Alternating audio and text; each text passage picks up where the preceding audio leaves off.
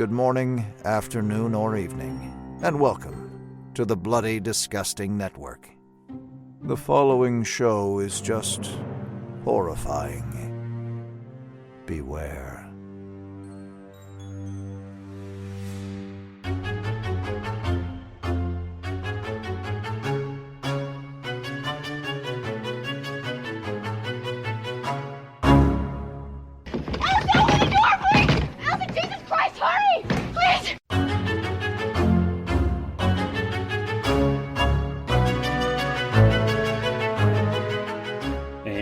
Welcome back to Horror Queers. We're talking public fisting, we're talking hanky code etiquette, and we're talking Al Pacino dancing really badly. And I'm Joe. And I'm Trace, and we're talking the most public use of poppers in a film I've seen in a very, very long time. Oh gosh, 1980 called, and poppers were poppin'. 2020 called and poppers are poppin'. It's not like Canada where they're illegal. I've told you, this is off the market for us. I really wish that when we saw each other last year, I would have given you, like, not given you because you can't take it across the border, but, like, let you use some. Have you used poppers? Sorry, I'm getting off topic. We'll have plenty to discuss about poppers, aka amyl nitrate, for those not in the know. You can Google it, or we'll just talk about it. We are talking William Friedkin's Cruising, everybody, and this is a special occasion because it's our 100th episode. And Ooh. Joe, A, yay us. Yay us. B, why did we pick Cruising for this week? So Cruising has been routinely one of our most requested episodes, dating all the way back to when we first started doing our article series on Bloody Disgusting. Mm-hmm. People were like, hey, you guys gonna do Cruising? Cruising's like a super gay text. You gonna talk about it? And we were like, maybe, later. I felt like a child because honestly, it's the same thing with Nightmare on Elm Street 2. Like, people kept, before we even covered it, people kept asking us to do it, and the more people asked us to do it, I was like, fuck no. No, I don't wanna. Well, it's so obvious, right? Like, when you talk about, like, really important queer texts, especially in the horror genre, obviously Nightmare 2 comes up. This movie does come up a lot as well, and I'd actually never seen it before, so I waited until this so I could, like, be the virgin. I'm the virgin on this. You had seen it before, but, you know, you're not, like, a professor or anything, right? I mean, I've been a professor, you jackass. But not of, like... It's not my full-time job. There you go. So, luckily for us, we have a very special guest. I know, I was trying to be like, I didn't think that out. We have a very special guest on this who is a professor and has also taught this film before. So, yeah. All right, everyone. He is an assistant professor at the University of Colorado in Denver with a focus on images of youth rebellion on screen, especially in the horror genre. But you may have actually seen him chime in the exceptional documentary, Scream Queen, My Nightmare on Elm Street. Please welcome Andrew Scahill. Hey guys, thanks for having me. This is really exciting, 100th episode. I mean, we mentioned this offline, Andrew, but like ever since we saw Scream Queen, we were like, oh fuck, we gotta get that guy. And we thought, oh, Cruising's the best one, and it just kind of worked out. Like, we didn't even know you had taught this film before, so it was so nice to have that happen. Yeah, I mean, kind of like you, I avoided this film for a long time. I had it in my head that it was this sort of bad object film, and when I finally did go watch it, I really had a kind of different take on it, I think. Yeah, I find that that's the most fascinating thing about this film is the different ways that people have engaged with it and how its legacy has changed over time. That's kind of where I am too. I actually had never heard of it until James Franco started doing his interior period, leather bar period movie. Oh, sweet Jesus. Yeah, and well, because my husband was watching and he was like, oh, you know, it's that movie Cruising. And I mean, this is like, what, 2012, 2013? I had no idea. So I did a little research and I was like, well, that's fascinating. But I never got around to watching it until last night. And then I watched Interior Leather Bar tonight. One of them is way better than the other. I wonder. Did you guys read about the call that Franco made to Friedkin to ask him what was in that missing 40 minutes? No. And apparently Friedkin says it's just basically gay porn. I was disappointed when I saw Interior Leather Bar for that reason. Well, right? I mean, we're not going to get... honestly, we can probably talk about it more when we get to, like, why that movie was made, but we won't talk about it too much. But yeah, that movie was mismarketed. Like, I was expecting 40 minutes of porn, essentially, and it is an hour of not that. Shocking. It's a vanity project for a person who doesn't understand the queer community, but desperately wants to get fucked. Wow, fair. I mean, it's also really uncomfortable with how he handles the Al Pacino stand-in actor. Like, it felt borderline rapey to me. It felt like all the scenes that I would fast forward through in a porn. Yeah. No, Andrew, we're very pro porn story. No. Good. No, I gotcha. I'm all about the setup. So I want the hot professor, like, taking the student home after class to tutor him. And, like, I want that setup of, like, okay, like, watching the clothes come off. Or, like, the best friends are like, oh, I've never done anything before. But, like, you know, we're playing video games and my hand touches your leg. Like, I like that before I get to the actual fucking. Yeah, the pizza boy, he delivers. No. But, like, see, that's, like, too stupid porny, you know? Oh my god, Trace, that's literally the title of an iconic gay porn movie. Oh. Pizza boy, he delivers. Andrew, we're just going to have to educate him through this. No, I'm the baby gay here, and I fully admit that. But, Andrew, what is your relationship with cruising? How did you come across this, and what got you so interested in this? I actually decided to teach a class on film censorship, and that was my approach to this film, because I got really interested in what to kind of show a broad range of ways that censorship functions in culture. So kind of manifest censorship, you're shutting down the film in exhibition, or you're trying to keep it from being made. And this is just a really interesting case in which it was protested during the production, and it was not conservatives but progressives who tried to shut down production of this film and keep it from being kind of brought to the public. So that I got really fascinated in.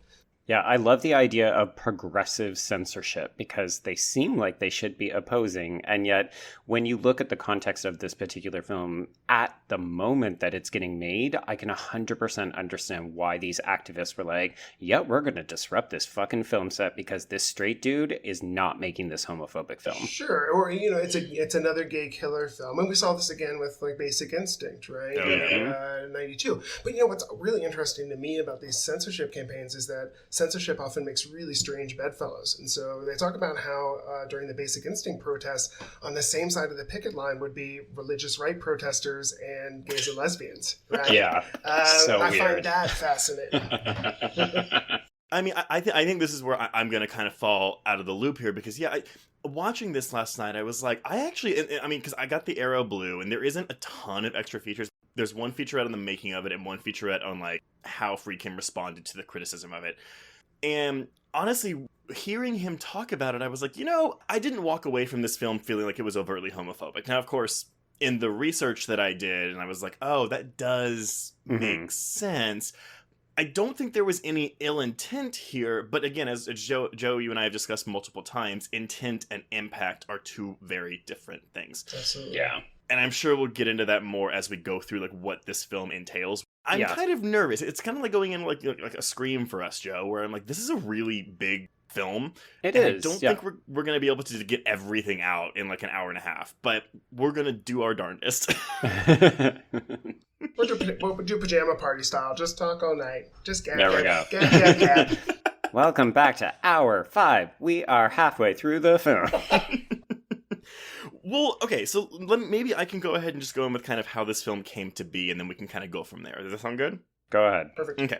So we've got Philip D'Antoni, who had produced William Friedkin's. And again, listeners, if you don't know who William Friedkin is, he's mostly known for directing The Exorcist and The French Connection. And Jade. Dude, okay, how many times have we mentioned Jade before? And I saw that last night, and I was like, what the fuck, Friedkin?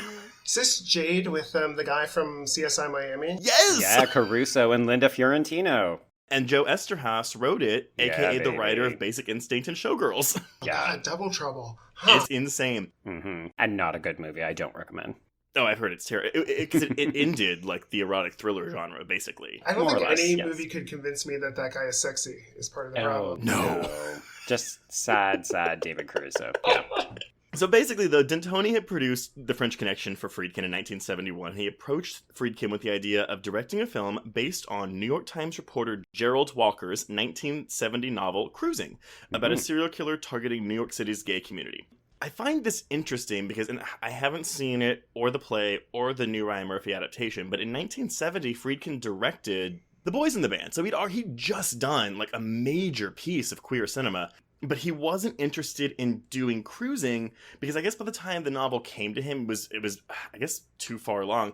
The novel didn't depict the leather S&M culture, and he was like, well, the gay scene has evolved beyond what's in the book, and so I don't have any interest in that, which I think it's really weird because I'm like, well, you can just adapt it to what the gay scene is, but okay. So he was like, no, I'm not going to do that. But then, following a series of unsolved killings in gay leather bars in the early 70s, they were written in articles by Village Voice journalist Arthur Bell, Friedkin was like, you know what, maybe there's something there. So, A little more topical. Yeah, a little bit. So he had a police officer friend named Randy Jurgensen who had gone into the same sort of deep cover that Al Pacino's character Steve Burns does in the film. And he also talked to Paul Bateson. Now, Paul Bateson is a doctor's assistant who had appeared in The Exorcist. He's not an actor. But he talked to him while he was being prosecuted for another murder, and during this process was implicated in those gay leather bar killings. I'm conflicted on this, because basically you've got Friedkin talking to his cop friend Jurgensen, who's like, yeah, I did undercover in the gay bar scene, this is what I experienced, this is what I saw. But then he's also talking to the purported murderer of said gay man, never convicted, he was just implicated, about it while he's incarcerated. Yeah. A little Silence of the Lambs-y. Yeah. And Bateman's story is kind of sad the more I read about it, because I think he was just a drunk. He was an alcoholic who murdered this man who was also, I believe, a reporter for money. And he sounds like police offered him leniency on his case if he would admit to these other killings. Oh, no. Yeah, and he has a weird echo in this film, right? Oh, yeah. And I find that really fascinating. I have to believe that's part of Friedkin's authorship as well. Yeah, there's a lot of real-life parallels that can be considered uncomfortable when you start to dig into them. Like, it lends the film a certain air of authenticity, but then you're also like, shit, how much of this is actually just depicting uncomfortable realities that Friedkin is just pulling from real life? Well, that's the thing, right? Honestly, I was watching this last night, and so many of it, I was like, this is a bit bizarre. And we'll get to, like, the big scene. Like, I mean, again, it could be any of them. You never know. I was going to say, does it involve a certain half-naked man backhanding people? Yes. Yeah. But again, in these interviews, like, you have Randy Jurgensen saying, yeah, I've seen this in real life. This actually happened. And I was like, are you fucking kidding me?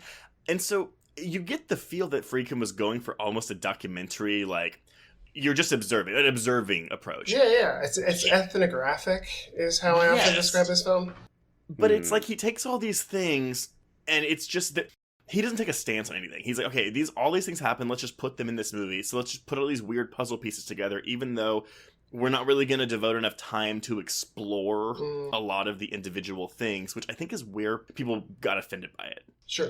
There's definitely that. I think it's also, like, when you read some of the quotes, and I think Friedkin has changed his tune over time, but when he was being questioned about this at the time of filming, he was like, well, this really doesn't have anything to do with the queer community. It's really just a police procedural murder mystery that happens to be set in the queer community. And you're like, ooh, that is a loaded statement, because you can't go into a marginalized community and say, well, I'm just using you as a backdrop. Sure.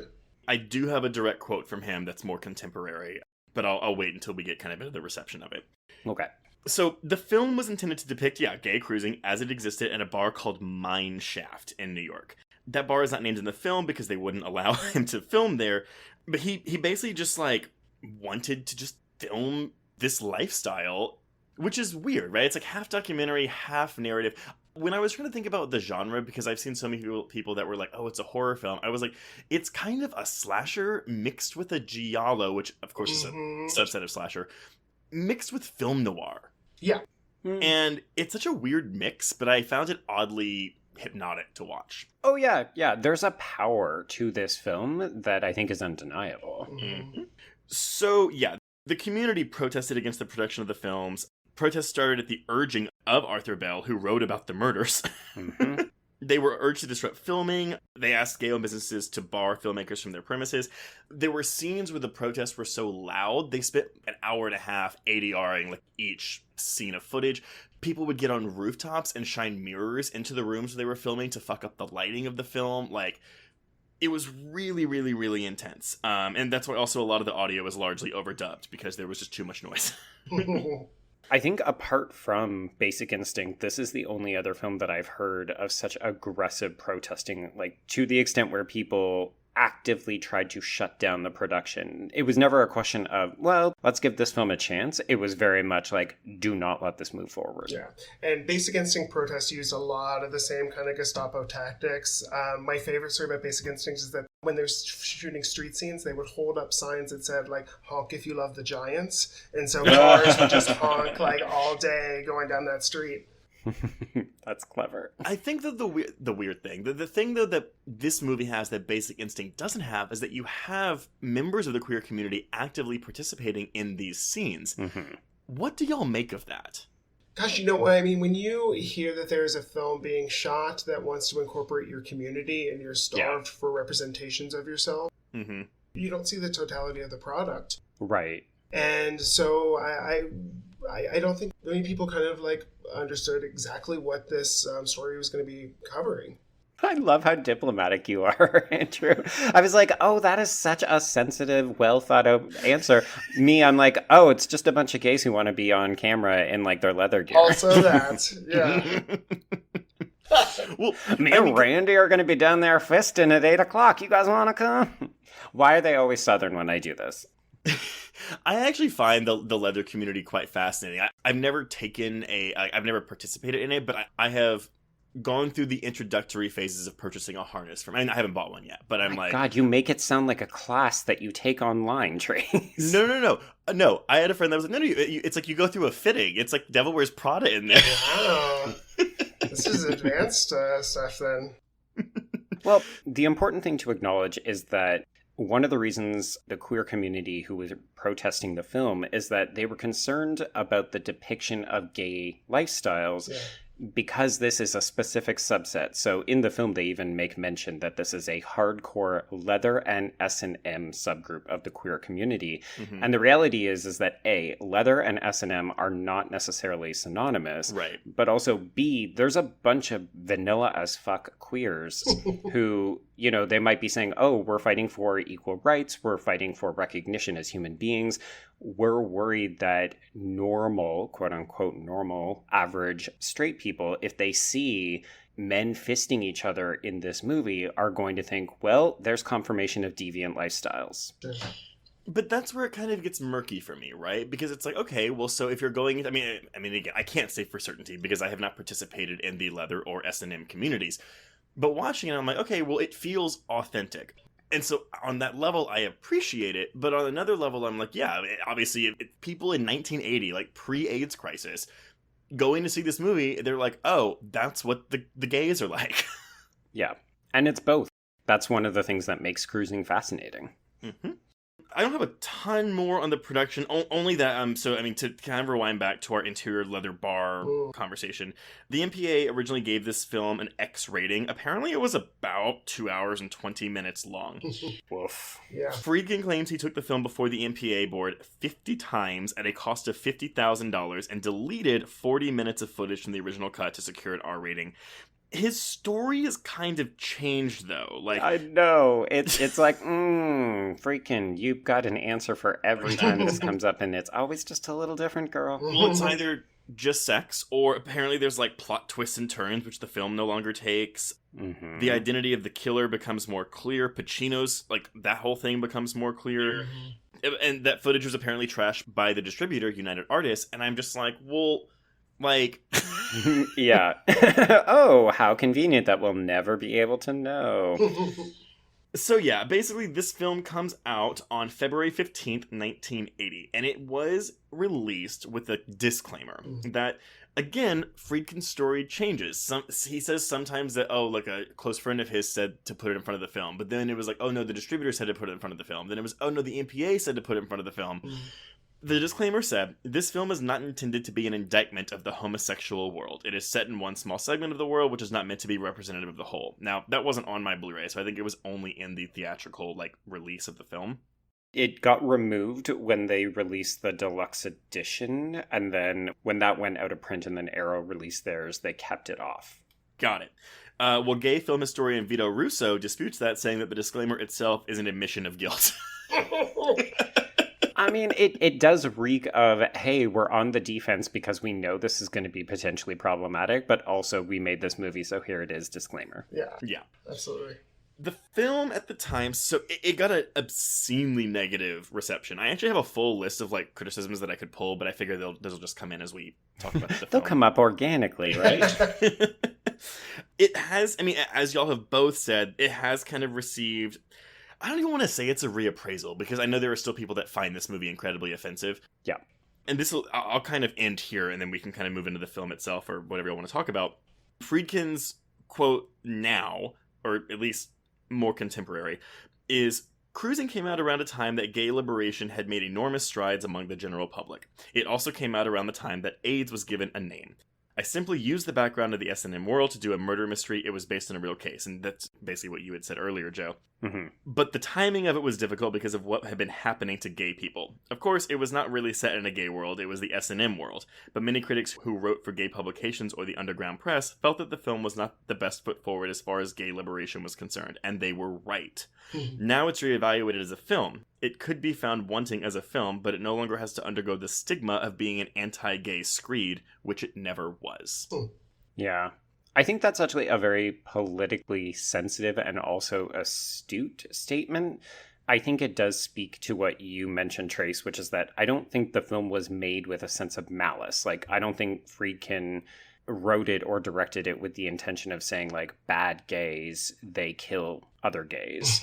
But at the same time, I think it took him quite a long while to realize what it was that people were taking issue with, because I get the sense when he first talks about it, when the film was getting made, that he really was just I don't understand what the fuss is about. Yeah, I think, too, this comes out in this period where gays and lesbians were really looking at representation as a battleground. And so, GLAAD kind of emerges during this period. And really, the rhetoric was of, positive representations. And it wasn't until, much later that term even gets interrogated, right? And so, positive representations of gays were sexless, non-threatening. Yeah. Mm-hmm. They wanted marriage and they wanted to adopt children. They wanted to kind of adopt the markers of heteronormativity. And it's not until later that we kind of even reassess the power of, say, a queer villain. So true. Yeah, I mean, because I think I read even somewhere that Brian De Palma had considered directing this, but either he turned it down, or I guess when Friedkin came back on, and then of course De Palma though would go and do Dressed to Kill a year later. Yeah. So it's let's go to this other problematic queer story. I actually find Dressed to Kill a much more homophobic film than this film. So much more. Yeah, but I think it's a lack of understanding. Because I don't know if I want to. I'll wait for a Dressed to Kill episode. And also talk about baby. But I do think that the way that at least some members of the queer community that I've seen re-embrace this film, it's almost the same way that our community has re-embraced the word queer, right? And granted, Joe and I have received not as criticism much now, but especially when we're doing the articles, people that were very angry that we would even call ourselves the horror queers. Sure. Because it's a generational thing. It very much is. Yeah. And we would always acknowledge that. We actually used to have a preface on our articles that said, that we know that this word's controversial. This is why we're using it. We are co-opting it, but obviously we don't expect everyone else to do the same thing. Mm-hmm. We probably lost some readers that way, but but I find this very kind of it's an interesting parallel. Well, and I think it's very apt when you're talking about something like Cruising, because our relationship to it would be very different from somebody who was in their 40s and their 50s versus their 20s, maybe. Mm-hmm. I could even imagine people coming to this film fresh, having not really understood or heard much about the criticisms or the political climate in which it was made, and just being it's a bit of an inept thriller. Right. And I think the issue, too, is, what sort of range of representation is there, right? So I love a queer villain, but if there were only queer villains, would I like that character as much? Exactly. Right. Yeah, you need a little bit of depth, you need a little bit of range, you need a little bit of diversity. Yeah. I mean, the villain, open parentheses, S, close parentheses, in this film, I mean, at least with the Stewart character, like, it's not... You know, you have the same scene with the dead dad, which we'll talk about later, but, like, you get, like, a hint of a motive, but it's never explicitly stated, so all we can do, as with most of this movie, is make it up ourselves. We have to fill in these blanks. I think that's good for a film to do, but when it's dealing with something like a marginalized community, it's like, okay, well, if someone is coming into this with prejudice against that community, they're going to fill in those blanks with bad things. Yeah. I have a question to pose kind of at the end of it, but spoiler alert, can a movie like Cruising get made in the year 2020? Like, would it be able to even look like this? Because I love the ambiguity of this film, but at the time in 1980, the ambiguity ended up really hurting it. And I do find it a little bit fascinating and a little bit ironic as well that they actively blamed the controversy for the movie's box office failure. Because I'm just like, maybe in New York, but I'm not sure that that translates to a North American release. Thought about that too, because the closest film, a modern queer film that I can think of to compare to this actually is Knife Plus Heart. Yeah. 100%. Both stylistically, narratively, but I do think that film, I mean, obviously there's queer people like making that film. Yep. which is key. And I think it shows. It's not the straight savior, the straight white savior coming in to help us. Yeah. And if folks want to hear our thoughts, we obviously did record an episode on that last year.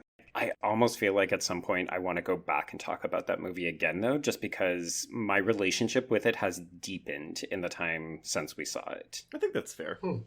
Should we go into it? Yeah, I think we can go into it, because then we'll get into all these little tidbits. The little tidbits, yeah, because this film is almost made up of scenes and moments and characters and choices. Yeah. Okay. So the film opens with a few establishing sequences. We open with body parts being found in the Hudson River, and we follow two patrolmen, one of whom, DeSimone, played by Joe Spinell. They end up picking up a pair of... This is interesting, almost right off the bat. I was like, are these drag queens? Are these trans characters? There's definitely the implication that they're sex workers. And only one of them gets named, although I actually had to look it up on Wikipedia to find that name, which is Da Vinci, the informant that we see later, played by Gene Davis.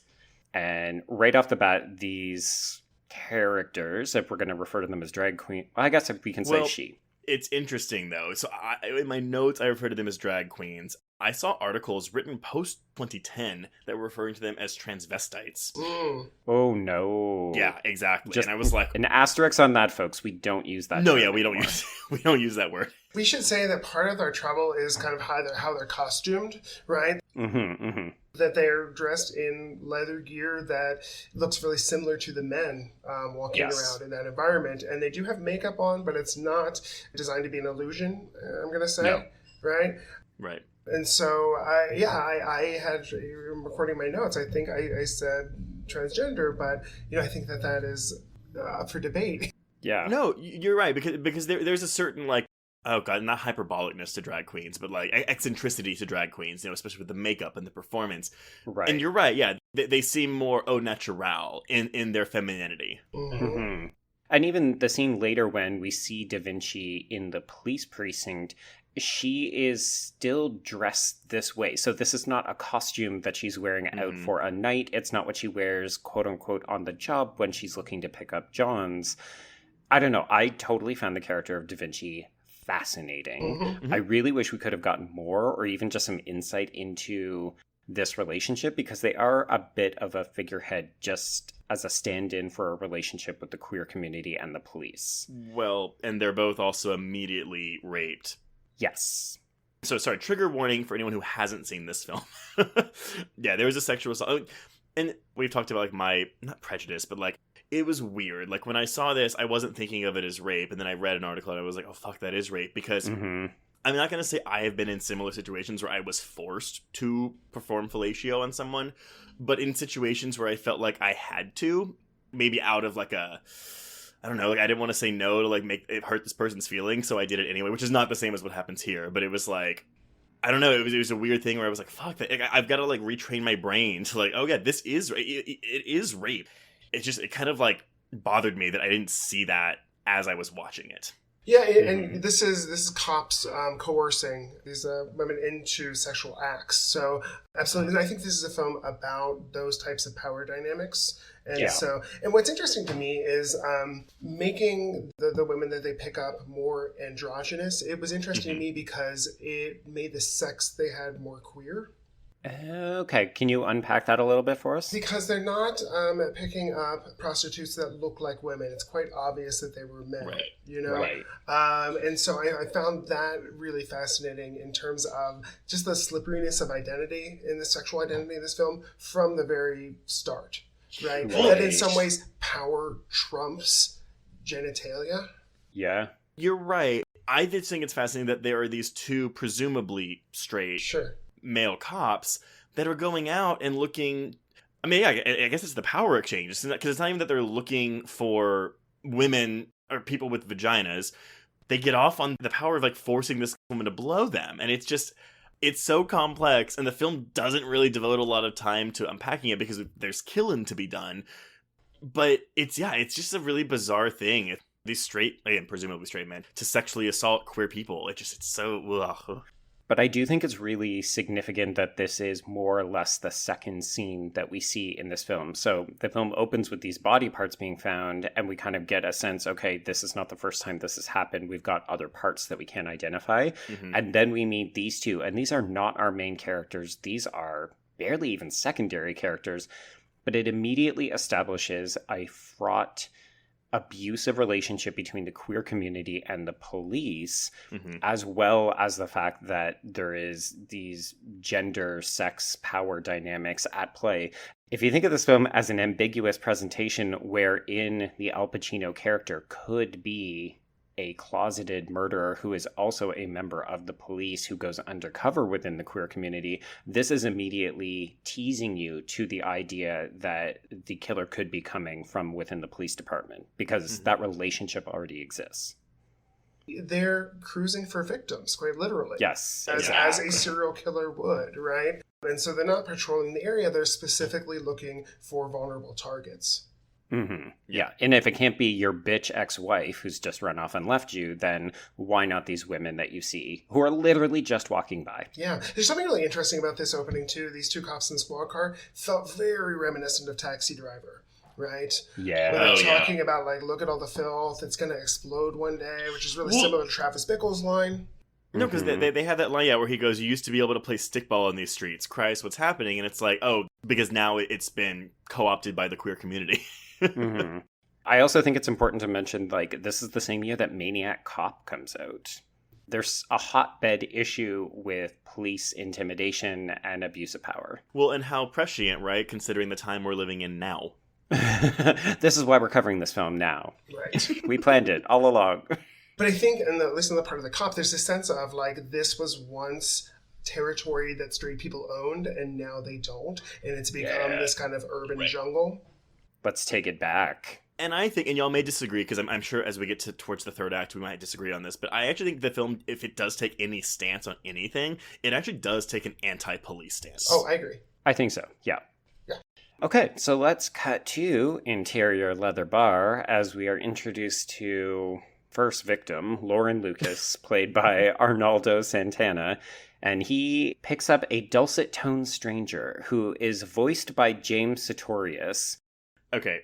Yeah, do you want to go into this? So immediately when the killer spoke, I was like, he sounds like he's dubbed. Like, it did not. I could tell immediately, and so I paused the movie to do some research. First time viewing. Pause. I was just like, what? Like, why does this sound so obviously dubbed? And again, that's where I was getting Giallo vibes from it too, right? Because even though you're not seeing his lips move, it just sounded off, which I actually think aids in how unsettling the killer is in this movie. Right, because this film does something that you shouldn't, which is to give you different bodies but the same voice. Yeah. Yes. And so basically the same voice does voice all the killers, but a different actor portrays the killers in different scenes.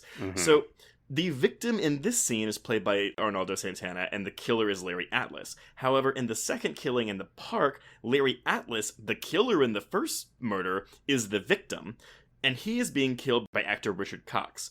And then later, the guy that walks into the peep show is Arnaldo Santana, the victim from the first murder.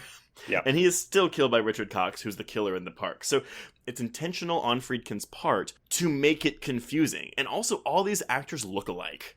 Yeah, I mean, it's baked into the premise of the film, which is that the killer is going after the same type of body shape, height, look, and so on. But I think it's also a clever conceit if you think of this film as a mystery to say, oh, we're playing so fast and loose with these red herrings that no one will be able to figure it out because we are literally changing out the actor playing this character. So you will never figure it out. It's a cheat, though, right? But Oh, it's a total cheat. Yeah. Yeah, it's one of those things where, like, okay, when you hear the director say it, you're like, oh, okay, I see what he's trying to do here. But when you're watching it, you're like, what the fuck is going on? And again, that's a giallo element to me. Right. Well, let me offer up something that may like muddle the water more, or maybe make it more interesting.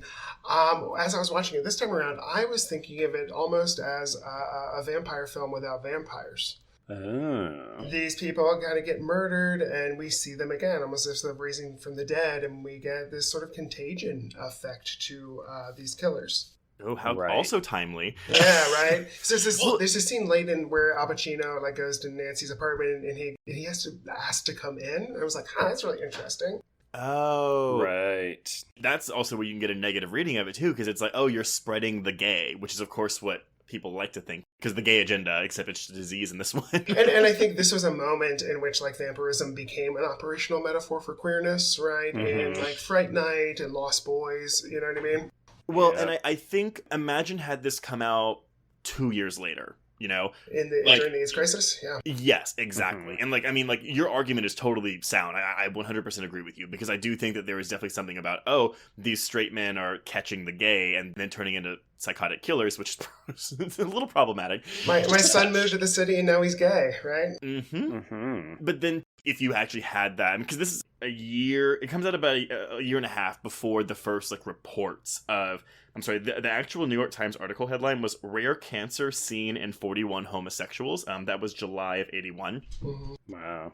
Imagine coming out after that. I mean, again, the argument still makes sense, but it would seem more offensive to me if this had come out after that. Absolutely. Right. Well, and I'm thinking back to our discussion on Butcher Baker Nightmare Maker that we had back in Pride Month, where that film was made pre-AIDS crisis, and then it was re-released in different parts of the country after those reports had started to come out. And I remember we speculated about just how much that film changes when you're looking at, oh, we've got a sympathetic gay character, and then, oh, suddenly now we're into the AIDS crisis. I don't want to see that gay character anymore. Mm-hmm. Yeah. I do think one of the other fascinating things about the choice to have these actors swap out roles and have all of these men look so similar. Like, it's not just these men, it's so many of the men in the club scenes look exactly the same. Mm-hmm. I do think it's a slight commentary on the way that costuming can change us into a bit of a hive mind. But I thought it's kind of fascinating that the killer keeps killing people who look like him, because it just reminded me of this gay tendency where we date ourselves. Yes, boyfriend twin. Well, I mean, I think it's also like we tend to hang around people like in like the subsets of the queer community, like whatever. I mean, not even kink, but just like, you know, just different factions. Yeah, they all tend to look alike. And I mean, I know this film isn't trying to make a statement on race. I don't really want to get too deep into it, but it's just a bunch of white guys who look the same in this bar. So white, considering that this is meant to be Brooklyn in 1980. I was like, where the fuck are the black men and the Hispanic men? Right. And it's like, when they do show up, it's in these really problematic minor roles, Mhm. Yeah. which we'll get to. I can't help but think of the killer with his kind of like scruffy black hair and his really prominent cleft chin. Looks so much like John Travolta to me. Yes. Yeah, Feel 100%. like, you know, given what we surmise about John Travolta, I think it itself could be a commentary. Yeah. I mean, there's just so much to this movie when you start to dig into it, right? I'm really glad you said that, Andrew, though, because Joe had he had called out Oh, I said Adam Driver. Yeah, Yes. yeah, totally. But no, but because when Joe said that, I was like, I see it, but there's someone around this time period, and it totally is like late 70s John Travolta. That is exactly who that looks like. It's interesting because the first two actors they have play the killer, they both have a really strong cleft chin. Mm-hmm. And I was like, that's really interesting. Yeah. And it's so weird to think, too, that this role originally, not the killer's role, but the Al Pacino role, originally Friedkin wanted Richard Gere. Because he was androgynous. I kind of would have loved that. It would have played completely differently, though, right? Yeah. And Friedkin has said, like, he initially did not like Pacino's performance, but, like, seeing the fear in his eyes, like, the real fear actually worked for the part. He looks I see that. Terrified in this movie. I don't find Pacino attractive, period, but... To each their own, right? Yeah. I'm sure there's plenty who are like, oh, yeah, break me off a slice. Oh, no, I'm sure there are. Okay, so this character, Lauren Lucas, they end up having consensual sex, and then... Poppers, yep. And then we get a little back and forth, and then the knife comes out, he's tied up, and he's stabbed repeatedly in the back, at which point the killer says, "You made me do that." I actually really liked this scene. Not because it's like a gay man dying. I actually thought the setup and the staging of the murder was really, really suspenseful and well done. It reminded me, and I always say this for like murder scenes that really scare the crap out of me, but it always reminds me of that picnic scene in Fincher's 7. Yeah. Okay. Yeah. Sorry, he's talked about this like 2 weeks ago, so... It's just very unsettling. Like, it's a very unsettling scene. It's not pleasant to watch. I think it's appropriately grotesque, but not like overtly gory. Right. And I think because it is kind of sadomasochistic play, you don't know where the boundary of consent is in this scene. Yes. Because it starts hot. Like, there's quite a bit of kink. Lucas opens up this suitcase, and there's gotta be, what do you think, a 2-foot long dildo fist in there? Yeah. But like, he's in a jockstrap. He's a very fit, attractive man. Oh, he's very pretty. I really enjoyed his body. The body language between the two of them, though, it's enticing. It's hot. And I do think it's one of the things that the film gains credit for over history, is this idea that there is an attractiveness and a heat. Like, gay sex can be fucking hot and erotic, right? And this film, whether you find it effective as a thriller, whether you like the way that Friedkin handles the material, I would say it depicts queer lifestyle in a very sexualized fashion, of which I haven't really seen in other films. There's this article by a queer theorist called Leo Barsani called "Is the Rectum a Grave?" Yes. Do you know this? So one of the things he says is that, like, the rectum is a grave for, like, heterosexuality, because what it forces them to do is to go, a man can be a receptive partner and also be masculine. And that, like, crushes masculinity at a kind of visceral level. Wait, I'm having an identity crisis. Right. How can that be?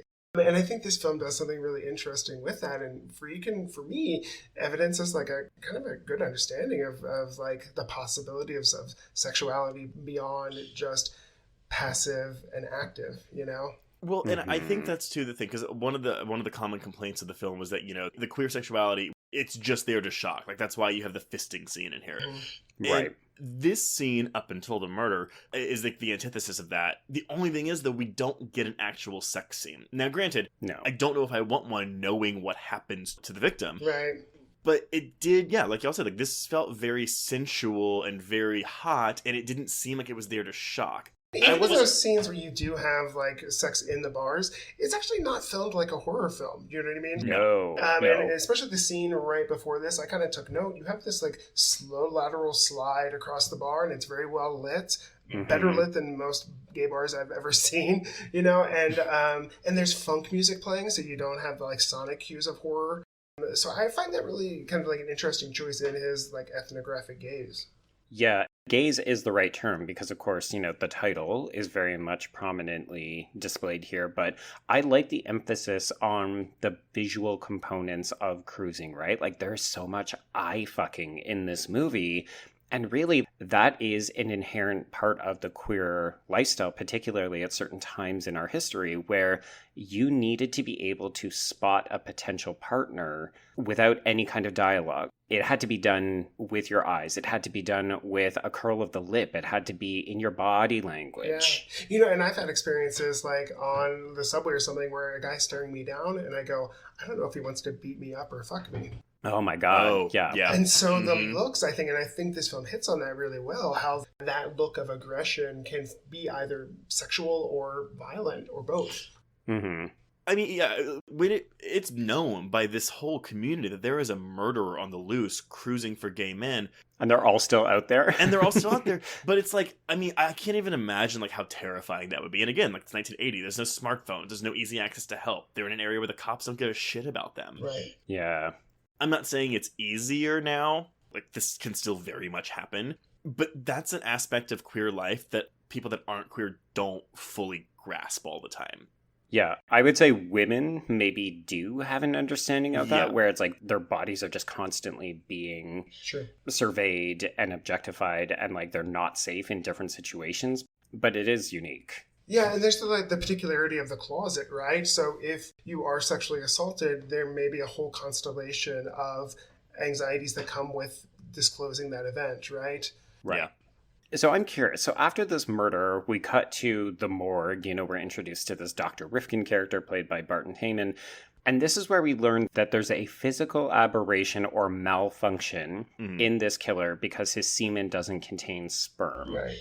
This is one of those, is this homophobia? Is this idea that like, oh, well, the killer is shooting blanks and is therefore less than. He is not a full man. Mm-hmm. Yeah, that's something like, I mean, because impotence is always something that like is like always detrimental to masculinity, because if you can't procreate, then what good are you as a human being, right? Obviously, it's a problem for women too if they're like barren or whatever. But I read it that way. I very much read it. And it is important, of course, that you say this killer and not the killer. But yeah, I did kind of read it as like, I don't even know if it's homophobic, actually. It's more like it's someone like that is feeling emasculated. Right. Not necessarily by being gay, because the lack of sperm doesn't mean he's gay. But he's taking it out on a gay man. Right, because this is a film all about like displacing, sex onto violence, right? Mm-hmm. And when we see this in The Cops, right, the parallels that the film creates between the sadistic things that the cops do and the sort of action in the clubs, except in the clubs, it's like a controlled and consensual space. The cops are just beating people up to get out their libido and their aggression. Yeah, as we see when we finally get an interrogation scene. Oh, yeah. Mm-hmm. So we're introduced to the Al Pacino character, Steve Burns. He's tasked to go undercover by Captain Edelson, played by Paul Sorvino. And, so let's talk about an important relationship that could feel undercooked to people who don't buy into the idea that Steve Burns will become a murderer. So he moves into this apartment, and he meets a playwright neighbor named Ted Bailey, played by Don Scardino. Well, of course you love him. He's a twink. He's so cute. He's super cute. I love that they immediately go out for brunch. But he only eats seafood at dinner time, otherwise he balloons up like Shelley Winters. Yes. Which is a very of-the-time joke. It is. I find it interesting because these 10 minutes of their kind of relation, it feels like a rom-com setup. You know what I mean? 100%. Neighbors who meet in the hallway and can I help you with your stuff? Let's go to lunch. It's a total rom-com. It is. It's adorable. That's why, though. So I agree with you, Joe, in that I do think the second half of this film drags a bit for me, but it's because I like the slashery elements of the first half, and I like the immersion of Pacino's character in the gay world and seeing his reaction to it. Mm-hmm. You lose that around the halfway mark, and it becomes more of a typical police thriller noir film. And as we've discussed, I don't really care for noir. Well, I think also we're losing all of these interesting secondary characters, right? We're not involved in any of his police colleagues. He's not really immersed in the gay world anymore. It's just a long stakeout. Mm-hmm. Yeah, I just don't find that as interesting as watching Al Pacino look horrified that he might get grazed by a gay man. But he doesn't mind the Ted thing. And so, put this in your back pocket for later, listeners. He seems very much to like Ted. Yes. Planting the seed of homosexuality. Yes, but the seed doesn't have any sperm. Well, there's this thing operating in the background, too, where, like, the previous tenant was also gay. We find his porn in the closet, right? Mm-hmm. And then we learn that previous tenant also had an affair with Ted. And so it's a way in which, like, Pacino's character seems to be becoming, this previous tenant. Yeah, there's a weird, almost paranoia kind of surreal element. Like, is Steve losing his mind amidst this undercover work, which of course has been confronted in other films where the police lose themselves in their undercover sting. Yeah. I just find it fascinating because I know of people who find the Ted Bailey character to be a contributing factor to the film's homophobia, because he is a literal representation of what we should all aspire to be. He is the normalized, non-threatening gay, right? He's just that quiet guy who writes plays, and he's so accommodating and gentle and nice. And then, of course, the film is like, oh, do you like this character? Well, now he's dead. I mean, that's what you sign up for in the horror film. They're always going to kill, your emotional attachments. Yeah. To link this to Showgirls, though, because I will say that... Oh, okay. No, because when Ted was revealed to have been killed, I audibly gasped, because I did not see it coming. Yeah. We have forgotten about him. He's been off screen for like No, 4 minutes. yeah, we haven't seen him the whole second half of the film, but it does kind of remind me of the treatment of the Molly character, how she exists in Showgirls to just be the nice... that she's the embodiment of good, so of course she has to get raped in the last act. Right. Yeah. Yeah. It is interesting that the film is willing to take the time to introduce this character and give a little bit of background plot. Like, it does feel, you're right, Andrew, there's almost a rom-com happening off to the side. Like, there could be a version of this film that is just from Ted and Greg's perspective. We just keep meeting these neighbors and accidentally fucking them and then screwing up our relationship. Right. Okay, so Steve begins to ingratiate himself into the bar. He's getting chummy with the bartenders and the cruising scene. He does make an occasional hanky mistake. Do we want to talk a little bit about the hankies? Can I tell you that my favorite scene before that is when he applies makeup to go to the gay bar? Oh, yeah. This is a real severe misreading of what that space calls for.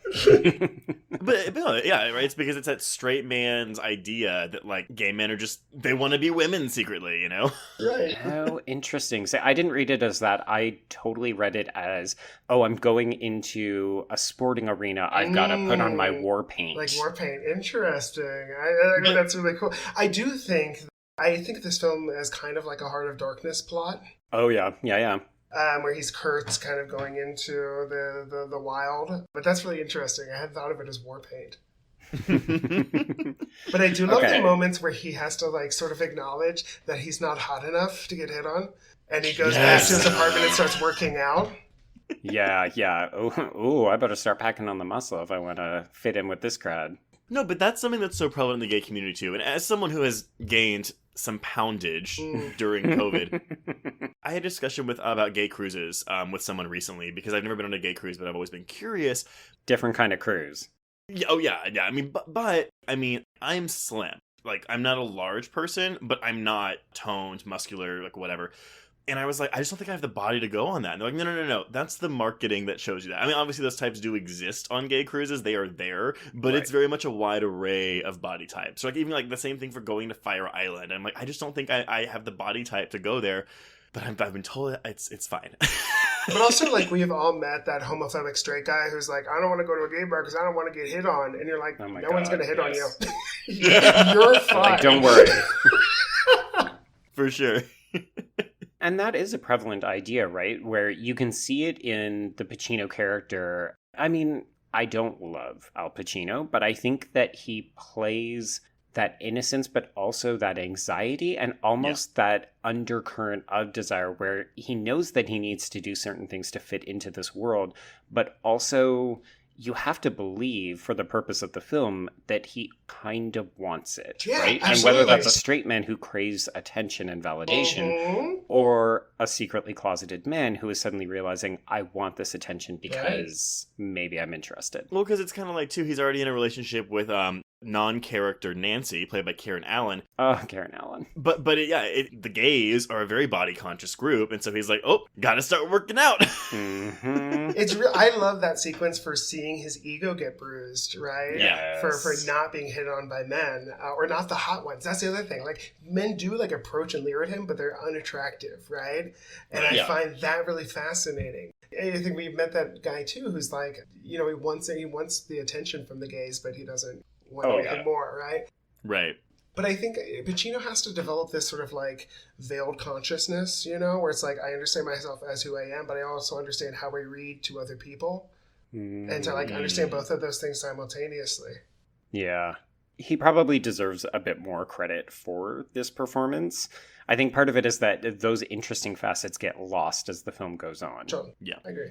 Although I will say, in this scene with the hanky, I do quite enjoy it when the guy comes over and then calls him an asshole. Because he has also been told by that shop owner what the fucking yellow hanky means and what it means to put it in a certain pocket. And he fixed that. So I had never heard of the hanky code before. So, Andrew, have you ever seen a movie called Killer Condom? I was hoping you were going to bring that up. That was in the 90s, right?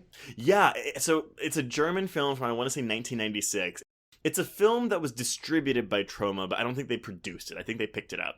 But we wrote about it for one of our article series before we started the podcast. And there's a whole gag, because it's about a killer condom, and there's a detective in it, and he is gay. Mm-hmm. And I'm sure we'll cover this on the show one day. But there's a whole gag where one of the cops is told he has to go to a queer bar, and he tells him to put a yellow hanky in his back pocket. He just comes in and he after it's cuts to the next scene, and he comes in and he punches the guy. He's like, "You fucker, you didn't tell me that." And I didn't know what it meant. And so Joe had to explain it to me. I mean, I don't know how aware a German production from 1996 was, but I totally read that sequence as a commentary on cruising. Interesting. That's true. It's the same hanky. And for any listeners that did not watch this film, the light blue hanky in your left back pocket means you want a blowjob. Right pocket means you give one. Green one on the left says you're a hustler. Right side says you're a buyer. And a yellow one on the left means you give a golden shower, aka water sports. Right side means you receive them. And there's only about 15 to 20 to 30 to 50 other colors that It's so involved. When I saw him standing there, I wrote in my notes, and I in all caps, why would he pick the yellow hanky? Right, Yeah. right. It was one of the ones he was educated on. Dude, just go with the light blue. That's an easy one. Right? How dare you set that little man's hopes afloat, only to crush his dreams Honestly. of not getting peed on.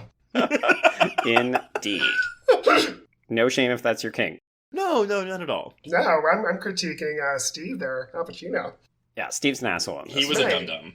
Don't advertise that in the window if it's not in my size. Oh my.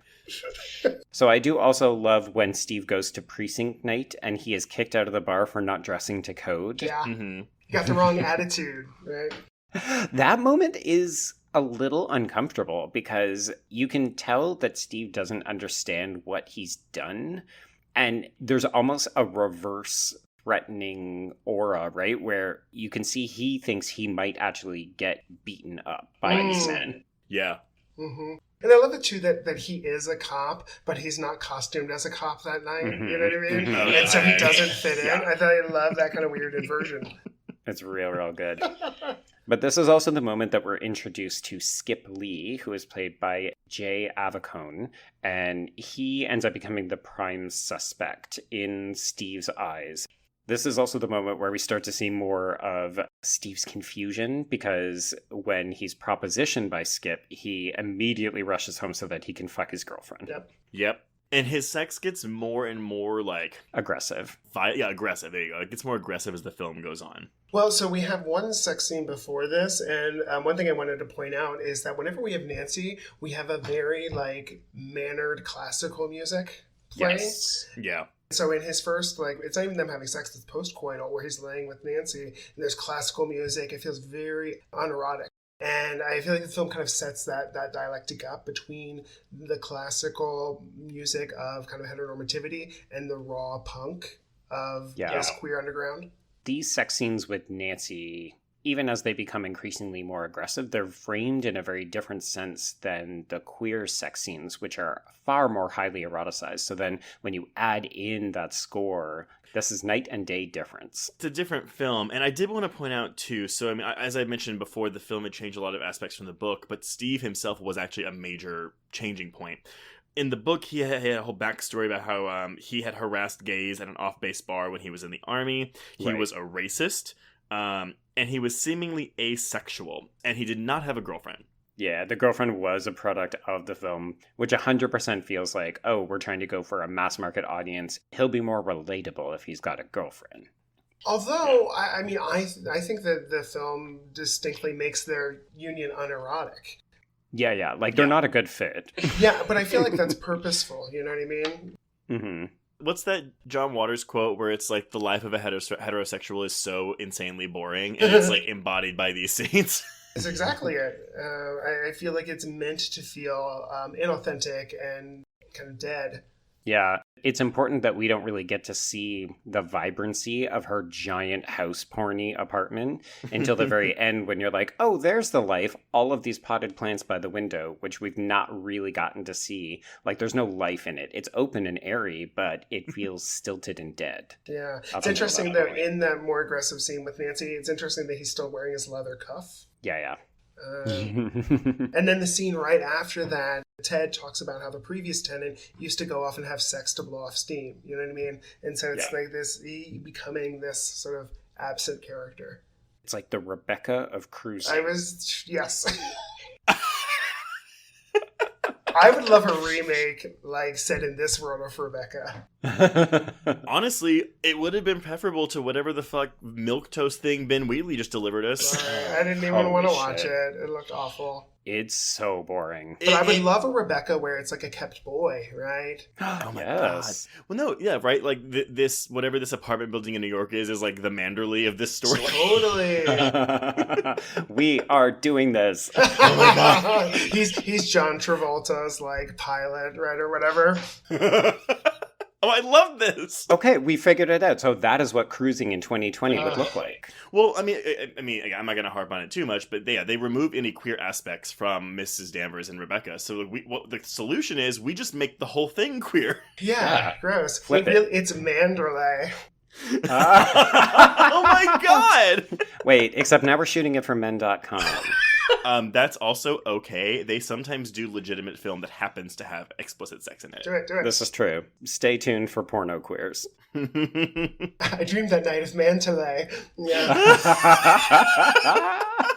Oh my god, coming in here with the big ones. I love it. As long as there's a pizza boy somewhere in there. You better copyright that before you put this on air. Well, we already have the professor. Okay, so we do get a couple more murders. So we have the murder of Eric, who is played by Larry Atlas in Central Park. And then we also have Martino, I'm so bemused by this Martino character. He's the guy who goes to the store and he gets the package and he's driving in his convertible. Oh, the fashion designer. Yeah. Yes, so that's a commentary, because that was something that Friedkin mentioned in one of the featurettes. How, a lot of men in this scene, it was like they lived double lives. Oh, I see. By day, they were like wealthy businessmen, bankers, shop owners, whatever. And by night, they were in this S&M community. Shocking. You don't know what your neighbors are doing. They could be secret leather fetishists. Because similarly, when this scene started, I was like, oh, so now we're following a dressmaker? ? Yeah. Where is this going? So we've got this Martino character, and he's leading the secret double life, and I love the inclusion of a peep show in this film. Because again, I feel like if you were a younger viewer and you came into this, there's a novelty aspect, and yet for a certain time and in certain big cities, this would have been one of the premier ways of meeting other men, is going to the arcades and, slipping in for some hot action while you're watching the hot action. Mm-hmm. I also do love the way that this is filmed. I love the blood spraying on the screen, specifically on a soaping ass. That was really fun. But I did want to also point this out, because he also says after he kills him, "You made me do that." Right. Yeah. The actor of this is actually the same actor of the park murder, so it's not the same actor of the bedroom murder in the beginning. I don't know if the park killer says anything. I know he kind of goes, "Where are you? I'm waiting for you." Mm-hmm. But he doesn't say the same thing. And so, again, it's just one of those weird things that Friedkin does, which, I don't know. Yeah. I mean, in the original book, there's an insinuation that there's multiple male murders happening in this time period. Like, they may not be chasing one killer, they may be chasing many. In the book, Steve Burns is one of 10 different undercover decoys that has been sent out. And I think in the book, he accidentally kills one of the other decoys and then has to fake the murder and pin it on the killer. Oh, wow. Yeah. That book is less than 200 pages, by the way, so that's a lot of information for less than 200 pages. Right? Interesting. Yeah. I do want to come back to how you mentioned that this was shot, Trace, because when I was watching it, all I could think of was the scene in The Howling, where Dee Wallace sees the werewolf exposed for the very first time. Oh, yeah. It's shot very, very similarly. The Howling comes out the next year. I mean, Joe Dante... I mean, again, this movie... You mentioned the financial, like, the flop of that this movie was. It was an $11 million budget, supposedly, and it made almost $20 million. So, right. I mean, granted, there's, of course, marketing costs and whatever, but I would find it easy to believe that Joe Dante went to go see Cruising. Yeah. I also think this scene is kind of an invitation to read this, like, on a meta level, you know? Okay. And then we have, like, two spectators in their movie seats that were, watching them in our movie seats. Right. To me, this movie really highlights the idea of film as a kind of like identity tourism. So, by the safety of the movie theater, we can go and try on identities that are not ours and see how they fit and maybe leave them behind when we leave, but sometimes they come with us. And so I read Steve as this sort of like meta cipher for the straight spectator who's using this 90-minute runtime to kind of explore his sexuality. Right, which totally makes sense if you think of this film as one that was actually marketed towards straight audiences, and it was using the queer voyeurism angle as a bit of a selling feature. Right, absolutely. Because it's interesting, because it's kind of what we know from, say, like Brokeback Mountain is that it did much better on DVD, right, than it did in theaters, because there's a certain safety to watching it by yourself and kind of inhabiting these roles. Yeah, not unlike the way that we used to consume pornography. Absolutely. Absolutely. Okay, so now that we've got even more murders, this is where the captain begins to come under pressure from the chief to wrap the case up in whatever way is required. And that becomes very important as we go into the end of the film, because of course it's not about finding the right killer, it's about finding any old killer will do. This is like right after like this is all happening. Like this is when we get the fisting scene. Yeah.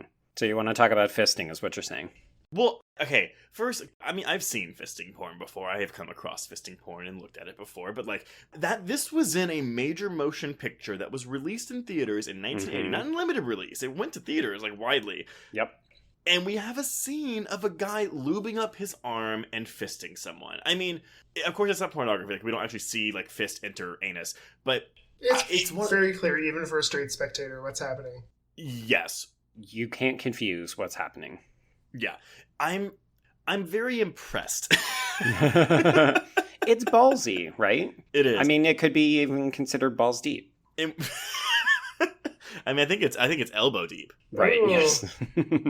No, but I mean, and we can talk about it more when we're talking about, like, could this get made today? But, like, literally watching this, I was like, this could not be made today. No, absolutely not. This would get slapped with the X rating. Like, when you think about, okay, there's 40 minutes of footage, probably all of it looked like this. Right. I mean, didn't Stranger by the Lake get an X rating? Am I remembering that correctly? Oh. I mean, because that is... It's non-simulated sex, right? Yeah. It is, yeah. Yeah, I mean, I'm assuming they went for the not rated moniker. Oh, that's very possible. Yeah. And honestly, if you wanted to talk about a fantastic double bill, Cruising and Stranger by the Lake, you could do a lot worse. I mean, after this, I'm surprised we didn't get a scene of someone sounding. Oh! You know what I think is really interesting about this scene, too, is that we're clearly marking Steve as no longer a foreigner. Like, Steve is navigating the bar, he's looking for prey, and he's no longer sort of cowering in the corner and waiting for men to come to him. Well, even at this point, I think he's actively making inquiries of Skip Lee, right? he is doing his own kind of cruising just under the guise of being a police officer. Well, also, so after this fisting scene is when we get him to go on his dance, and when he gets his first taste of poppers. I love that it makes everything color. Yes. Oh, boy.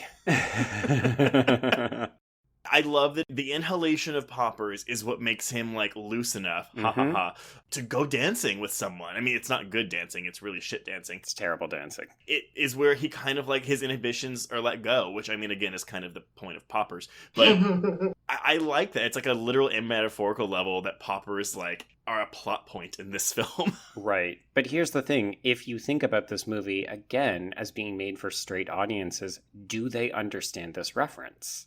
No. Even if they think it's cocaine, like, they're going to get that, that he took something that makes him feel good. Okay. I'll buy it. I mean, Joe, we watched Demons earlier this year where someone's sniffing cocaine out of a Coke can with a straw, so... This is true. I guess I just like the idea that there's a secret way to watch this movie where you're going to get more out of it if you understand some of the implications and the references. Oh, that's absolutely true.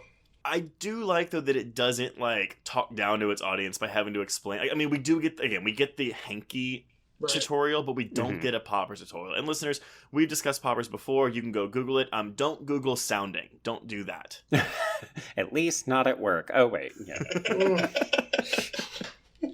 No shame, again. No shame to people who enjoy sounding, but oh my god, it is really hard for me to watch. Yeah. But wait. What were you going to say, though? You had something to say about the poppers. About poppers? Oh, I don't remember. He's like, no, I've already changed my mind. Thank you.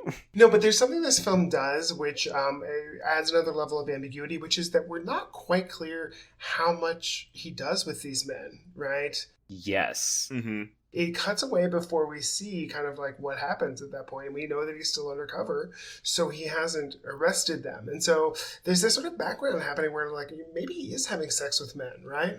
There's definitely one scene. So the murder of Eric, the guy who gets killed in Central Park, we actually see Steve leave with him at one point. Or is it with Stewart? I think it's with Stewart. It might be Stewart. Well, who the fuck knows? Who knows? There is a moment where Steve is under a bridge in the park, and he gets cruised by a man that he rejects because apparently he's not hot enough for Steve. Right. That's Stewart.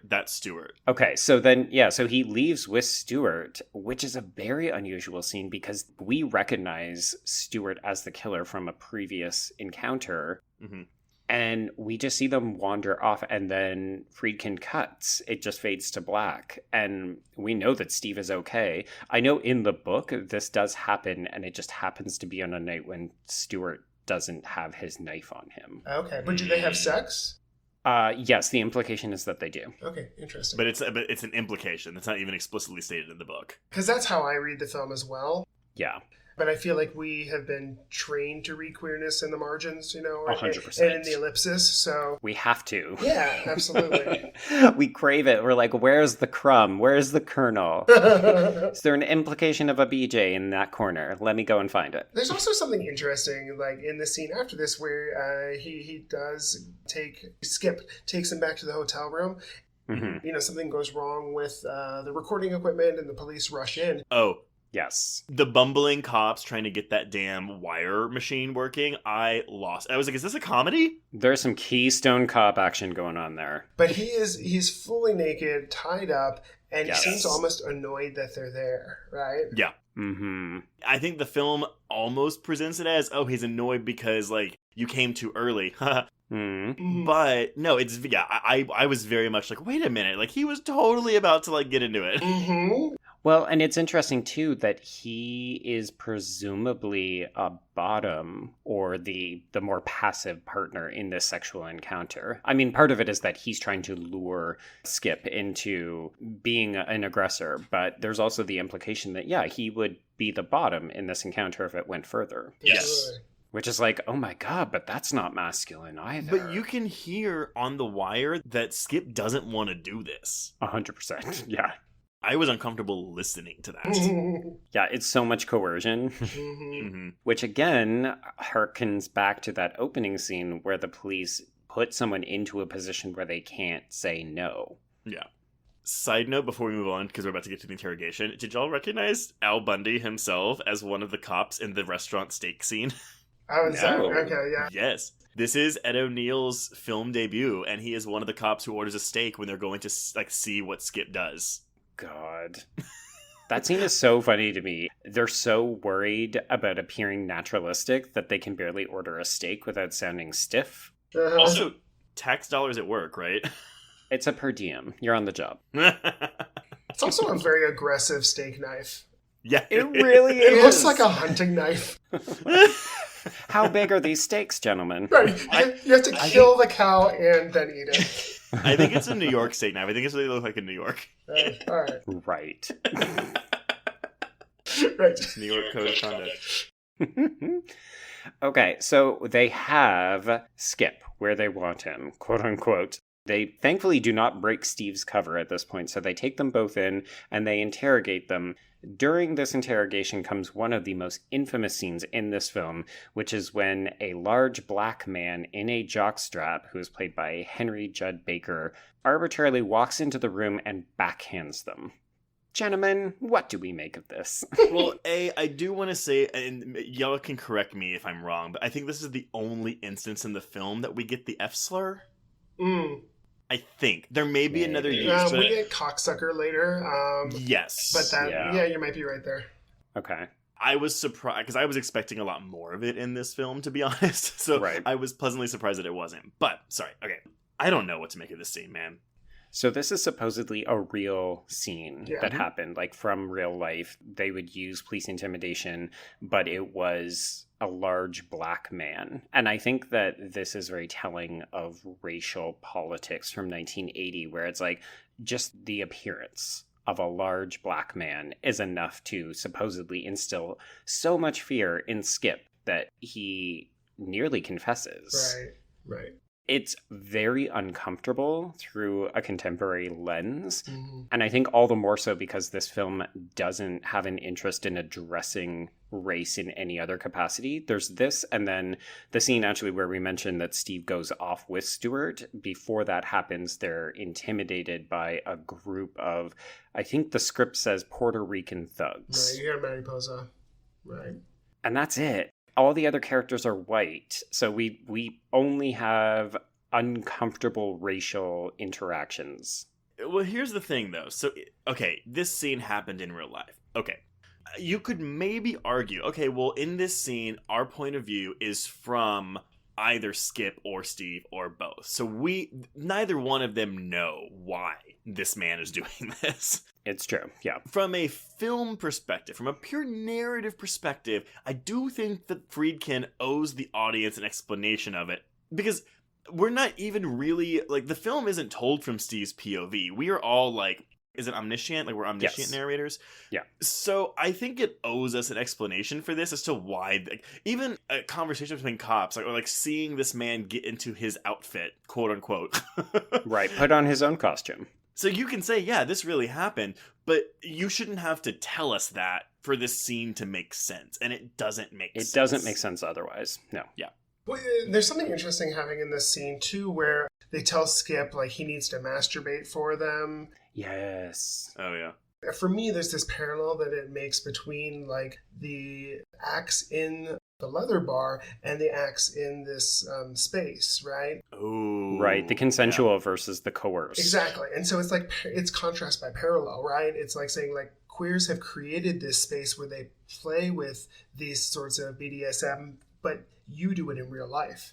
Right. Oh. Yeah. Okay, so let's ponder here. So maybe they have the black man dressed up in this jockstrap and a cowboy hat to come and beat them because they're like, well, you're in this S&M leather scene. This is what you like. So we have to adapt our interrogation methods to your lifestyle. Maybe. You chose this. This is on you. You're the reason that we're doing this to you. We're speaking your language through interrogation. Yes. Because Andrew, you had mentioned before that the implication here is that they rape him to get a confession out of him. Did he? I don't read that. I don't read it that way. Okay, then never mind. I don't know where I heard that from. Oh my god. No! But what they are doing is asking him to, like, perform these acts, you know, Yes. for their pleasure, for their voyeurism, Do you remember early in the film where the gay character says, "Oh, well, I pick up men because I have ego issues and you have whatever kind of issues"? There's a way in which the queer people in this film, the out ones anyway, are so much more self-aware Yes. than their straight counterparts. Straight counterparts don't know why they beat up people, don't know why they do the things they do. Yeah. And it's, I think, because queer people have created the safe space for us to engage in these things that we have a greater sense of our awareness about ourselves. Yeah. Yeah. I'm going back to Trace, your comment about how there's a serial killer on the loose and these men are still doing that, and how we could look through one negative gaze where it's like, well, these gay men are just so cock hungry that they'll do anything. They don't even care if they're being picked off. But I kind of like that idea where there's also the opportunity to seek solace within a defined space where you can feel safe, even though there is someone preying on you. Mm-hmm. The queer spaces in this film aren't dangerous. It's actually when people leave the queer space, when they go back to the hotels. I mean, I guess you could say the person who gets killed in the park is the exception, but for the most part. But, well, no, you could consider the park its own queer safe space, because that's clearly a cruising spot. Mm-hmm. Right.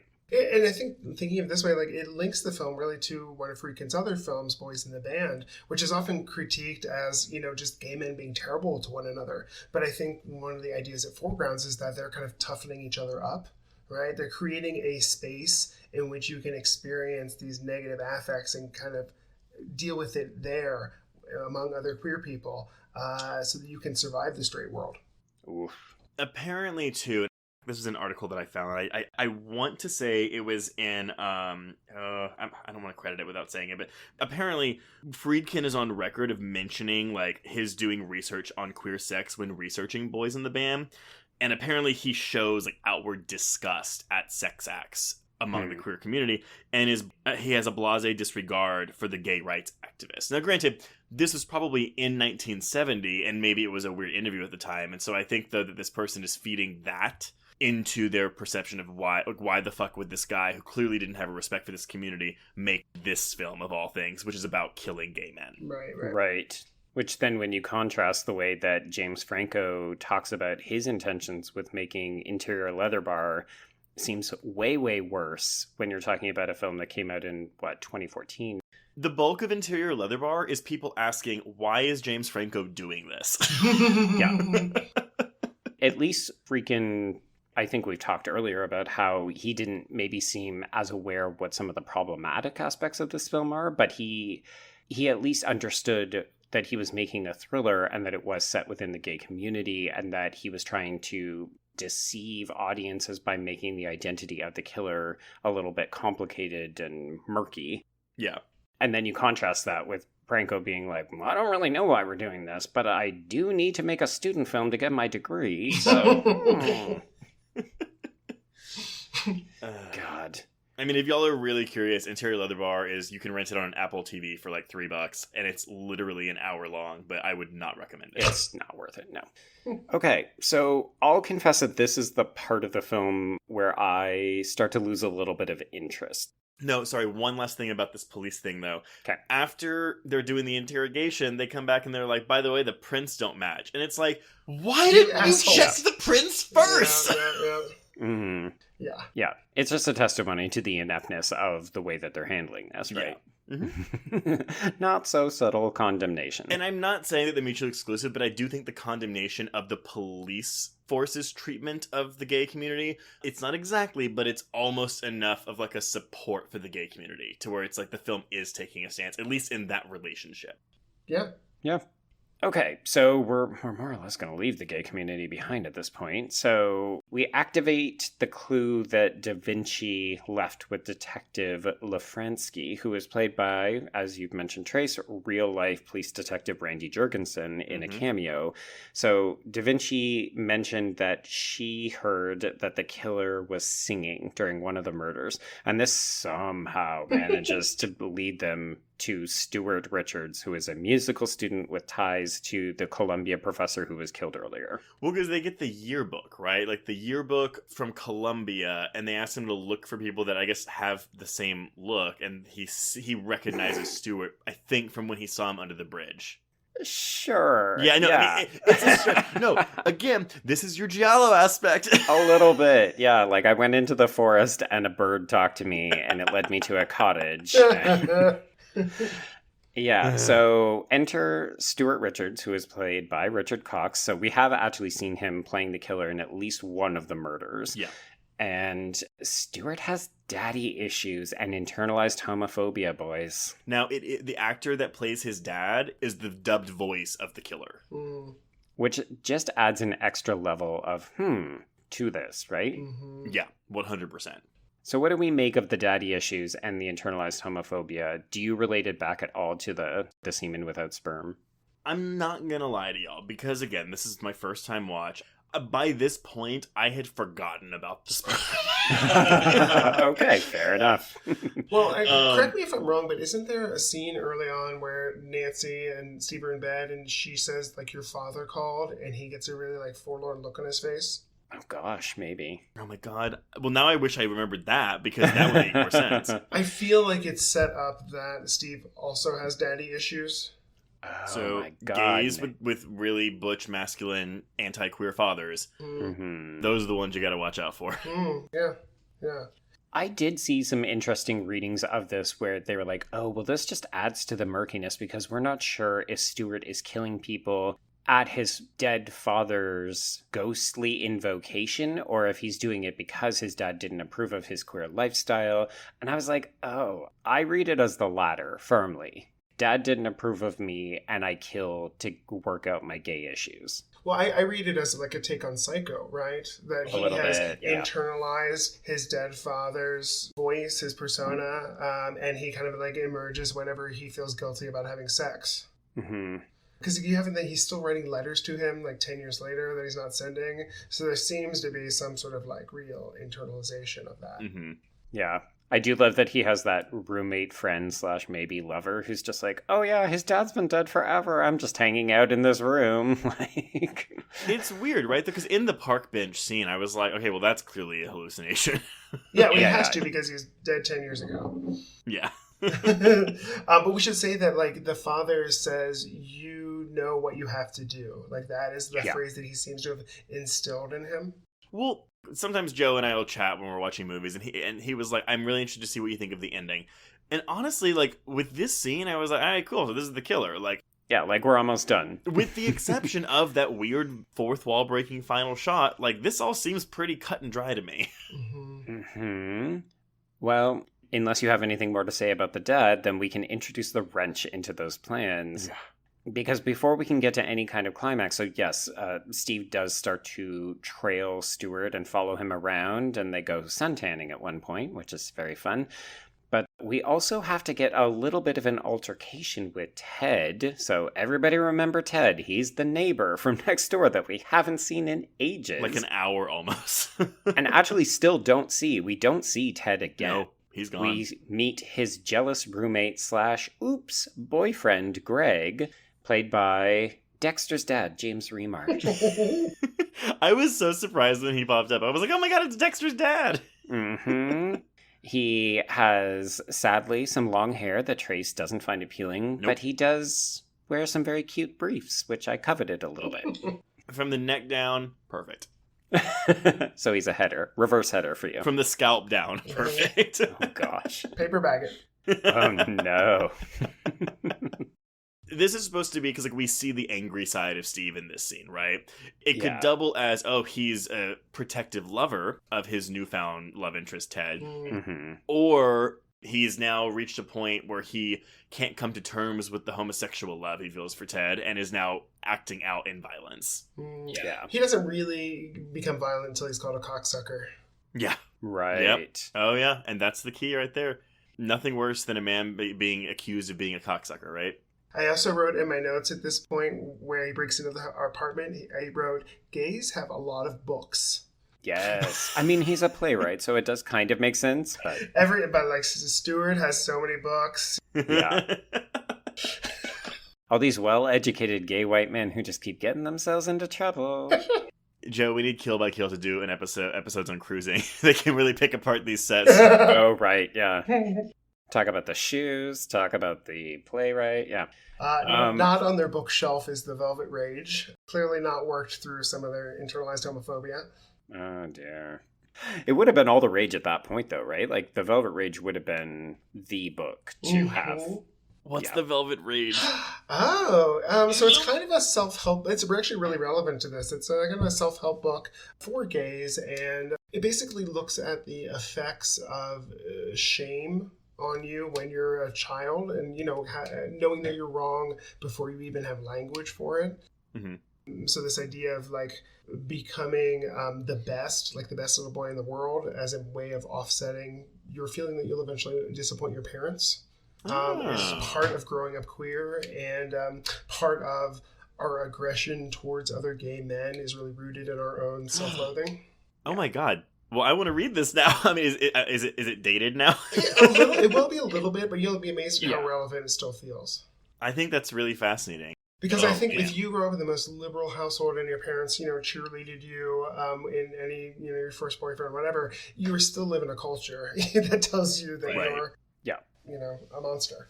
Yeah, because you're not fulfilling the things that you should be doing if you weren't a gay man. Right. And so it's kind of about the ways that gay men overcompensate in order to deal with our shit. We can cut this out if this is like not appropriate, but like, because I say all the time, I'm always like, I hate the gays so much. Like, they frustrate me so much. But I mean, it's a community that I'm a part of, and I do love the community. But I'm sure like what queer folk do to overcompensate can manifest in really toxic and borderline vindictive ways. And so when I say I hate the gays, it's kind of in good fun, right? But it's usually in reaction to things like that. This book has made me a lot more forgiving towards people. You know what I mean? Mm-hmm. It's trying to explain why you may feel the way you do. Yeah. I'm going to seek this out as soon as we're done with this recording, because I really, like, that sounds like a fascinating read to me. I think you'd like it. But really, after this scene, we're kind of done with that character and the Ted storyline until the very end. So we dedicate all of our remaining attention on following Stuart around until the culmination, where Steve follows Stuart to Morningside Park in the middle of the night. It is dark. They are by themselves. It seems like they might hook up, and they even start to disclose, but eventually they each bring out their knives, and Steve manages to stab Stuart before he can be stabbed. Plus the amazing line, hips or lips. Mm-hmm.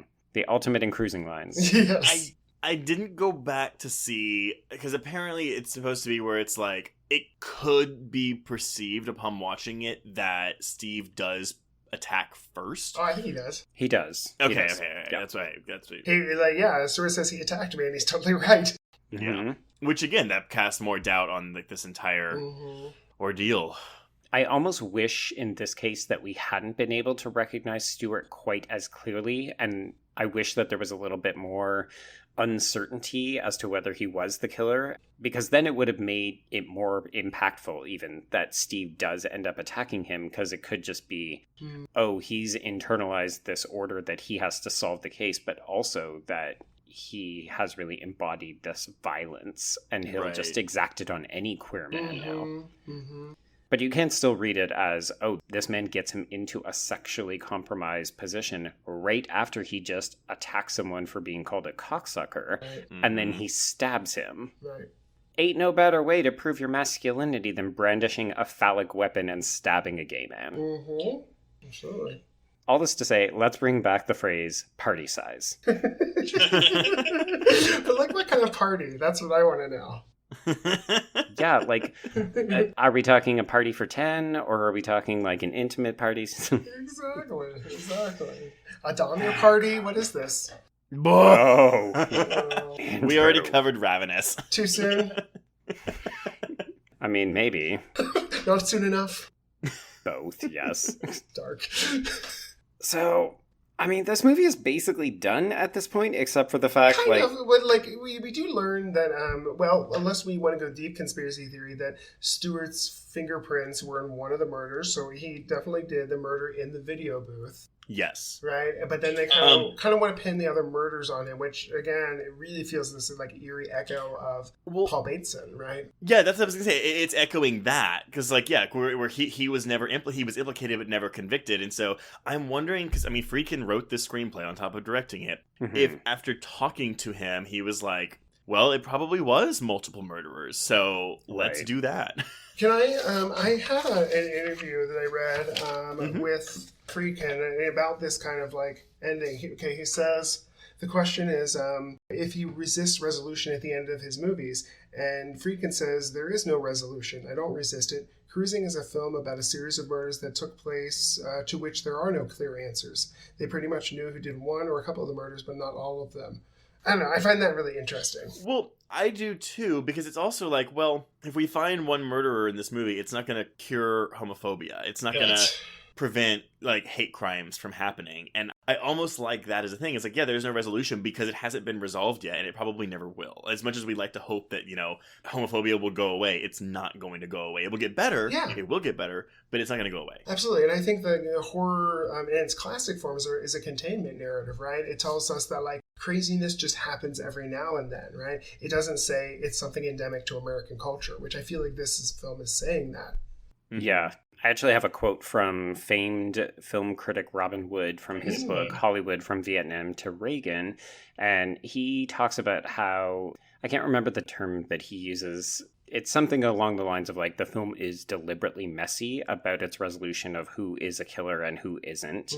And he wrote, the film suggests then that there are at least two killers and could be several, that we don't have to feel we know who the killer is because it could be anyone, and that the violence has to be blamed on the culture, not on the individual. I do want to bring this back also to the idea that you both said, oh, well, we know for sure that Stewart was involved in the one murder because they have his fingerprints, but we're also forgetting that this film is making a very distinct commentary on the police. Oh, yeah. There's absolutely no indication that, particularly since the captain was directly told to wrap this case up in whatever means necessary, that fingerprint could have been planted after they caught Stewart. And it's ambiguous for ambiguity's sake. So, really quick, so just wrapping this all up and we can continue this discussion. So, yeah, basically, Stewart's done. He will, if he confesses, he'll do 8 years in prison for all these murders. Ted is dead. Mm-hmm. And then Steve goes home, and while Nancy is trying on his clothes, Steve looks in the mirror and then breaks the fourth wall and looks at the audience before we cut to a shot of New York and then fade to black. Yeah, but can we also acknowledge that Steve is shaving off his literal beard? Yeah. Oh! He's like taking off his beard as she's putting on, masculinity. Oh my god, my mind is blown. Yeah. And even this idea, like, he has brought in a polluted or corrupting influence into her Garden of Eden, which is, again, framed by these fucking luscious plants and this open giant window. And then she puts on these perverted items of clothing that have caused so much damage throughout the rest of the film. Mm-hmm. God.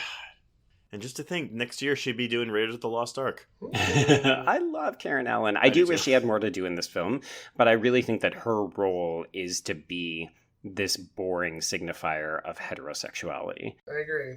Which, as we've talked about, is so amazing. Well, so then, though, as he's shaving off his beard, though, he's still staying with her. So where do y'all think... Well, he does say, I have something important to tell you. I want to tell you everything, or something to that effect. Yes, absolutely. Back up 1 second.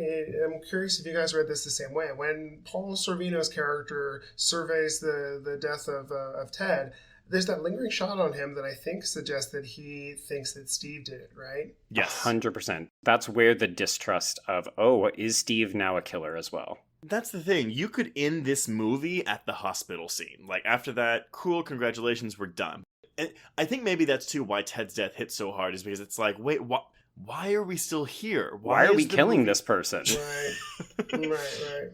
And so earlier when I said, it's cut and dry, it's clearly Stewart. Yes. Not. It's not, but only because of these last two scenes, and obviously that's intentional, but it's just like, I mean, I can imagine seeing this in 1980 and being like, what the fuck? Yeah. I'm pissed. I got the impression, yes, that Edelson was like, huh. Cool. That's odd. How can we pin this on Stuart What was also? the name of that address again? Oh, cool. Yeah.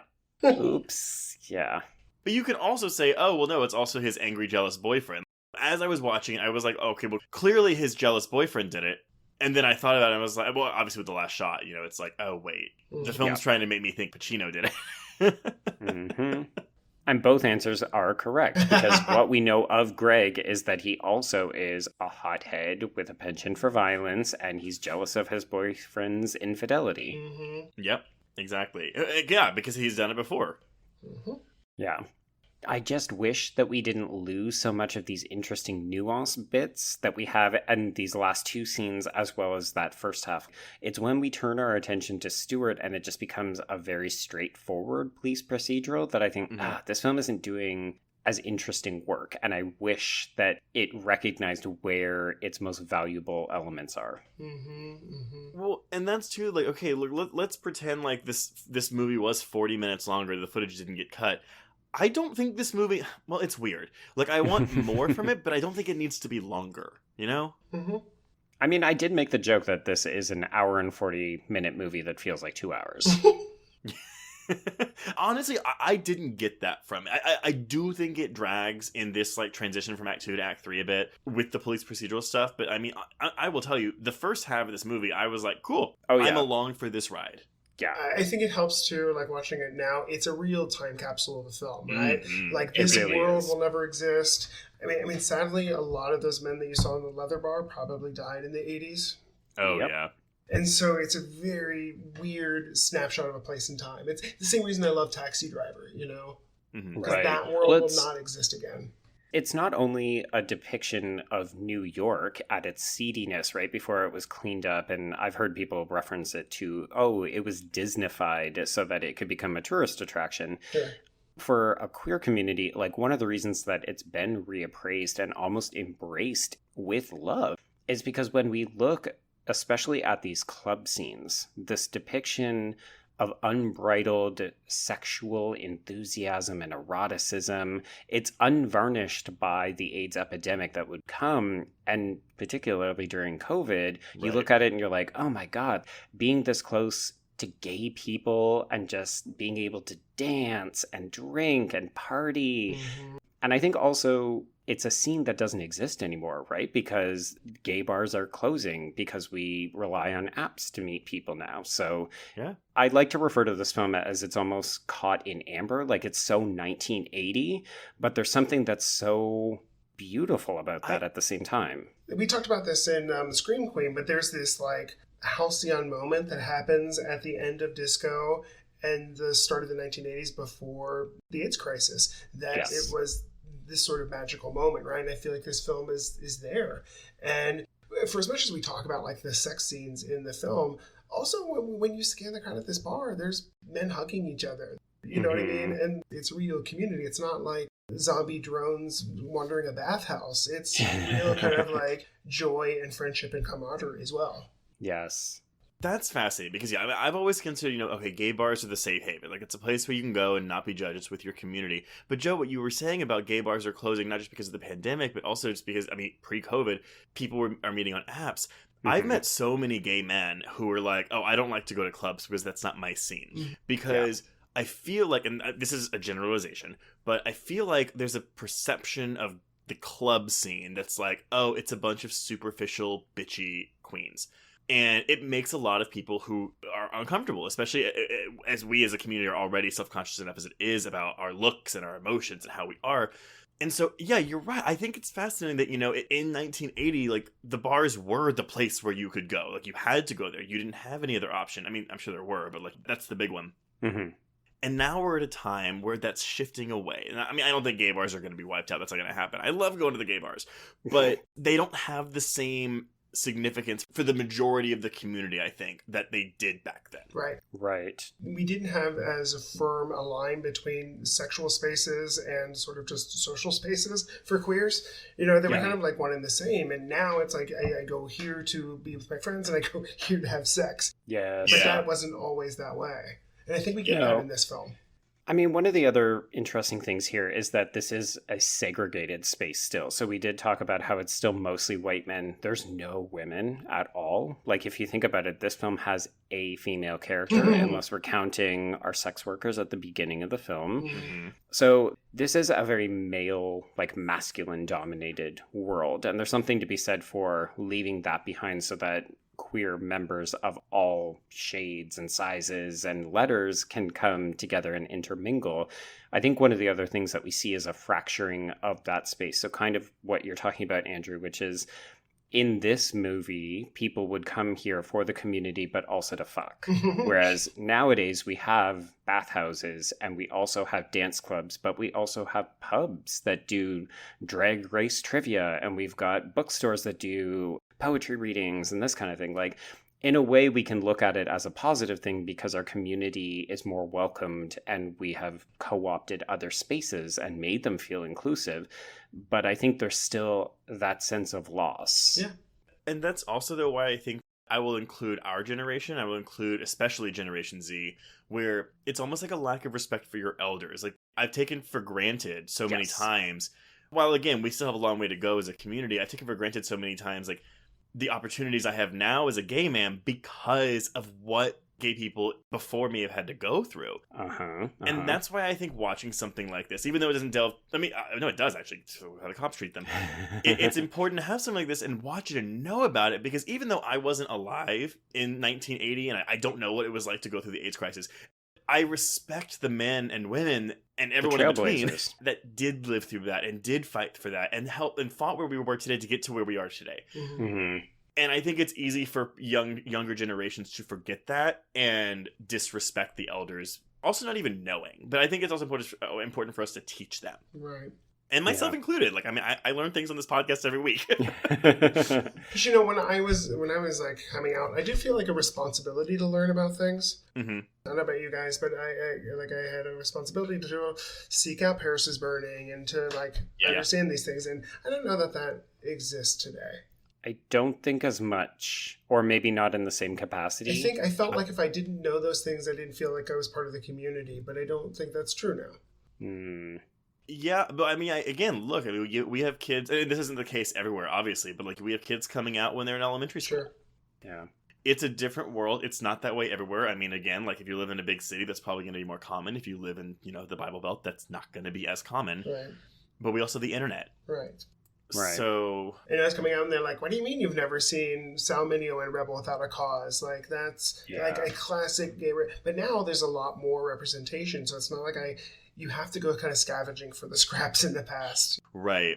That's true. You don't have to get a membership to, like, TLA and get it mail delivered. I think that's true, though, right? You could have a listicle, the 10 seminal queer texts you have to see in terms of, like, film. Well, now there's a lot more for the picking. It's true. Let me send you an IndieWire article that says the essential queer horror films you need to watch. But here's the thing, too. So many of queer cinema, especially, I mean, even going back to like looking at John Waters and stuff, it's very rough. And we unfortunately also live in a generation where it's like, oh, it's black and white. I don't want to see that. Oh, it's on film, not digital. I don't want to see that. It looks old. It looks gross. It's so true. And unfortunately, that is a quality, an aesthetic quality that embodies a lot of queer cinema from this time period. Mm-hmm. And that's unfortunate. I mean, not unfortunate that is the case, but it's unfortunate that a lot of people refuse to watch it solely based on that fact.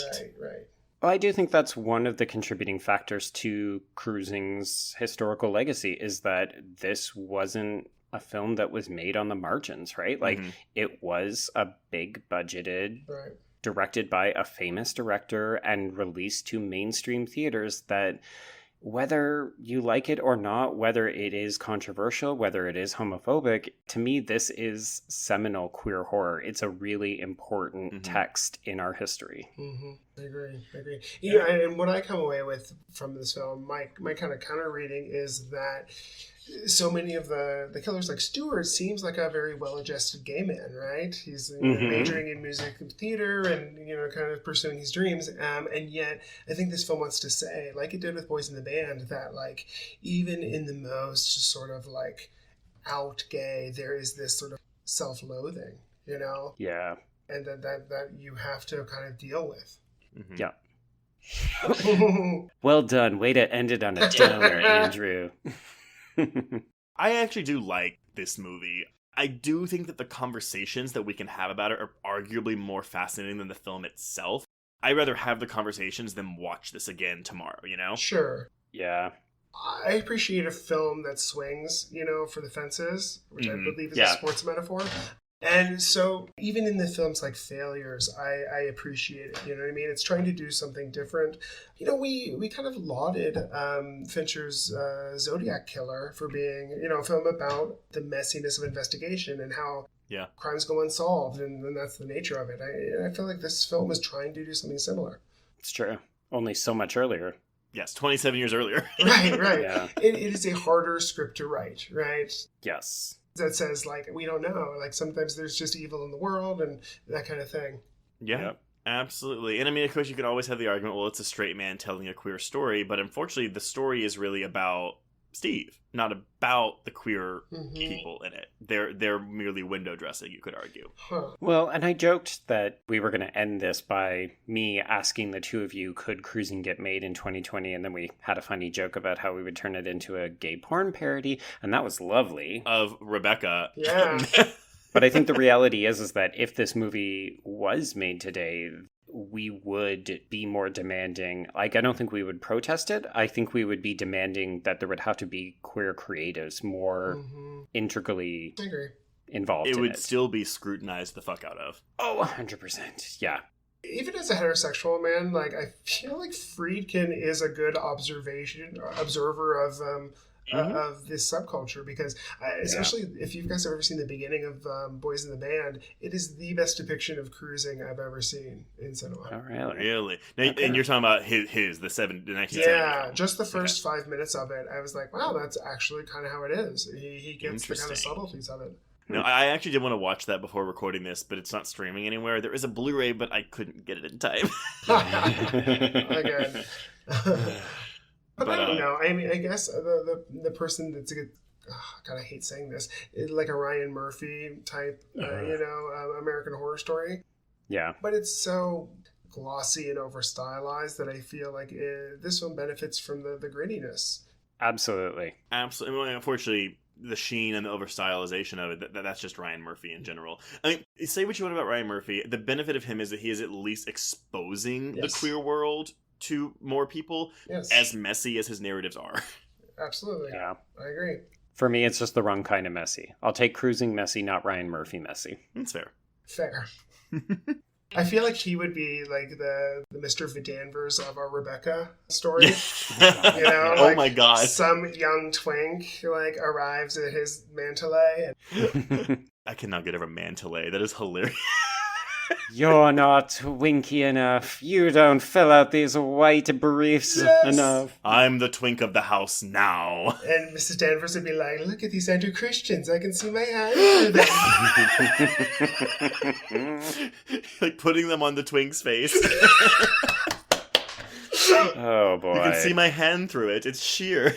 If you didn't get any of this, go back and listen to the Rebecca episodes. And go support Andrew Christian, because I don't know. Or don't. Oh, man. Do you have anything more to add? No, I think we hit everything that I am compelled by in this film. Good job, Awesome. Well, listeners, let us know what you think. If this is your first time watch, if you've been one of the 50 million people that has asked us to cover it. I thought this was a really fun episode, actually. I really enjoyed doing this. Yeah. But before we announce what we're covering next week, Andrew, where can people find you on social media if you want them to find you? Sure, absolutely. So my website is A-D as in David, Scahill, SCAHILL.com. And I'm also on Twitter, Andrew Scahill.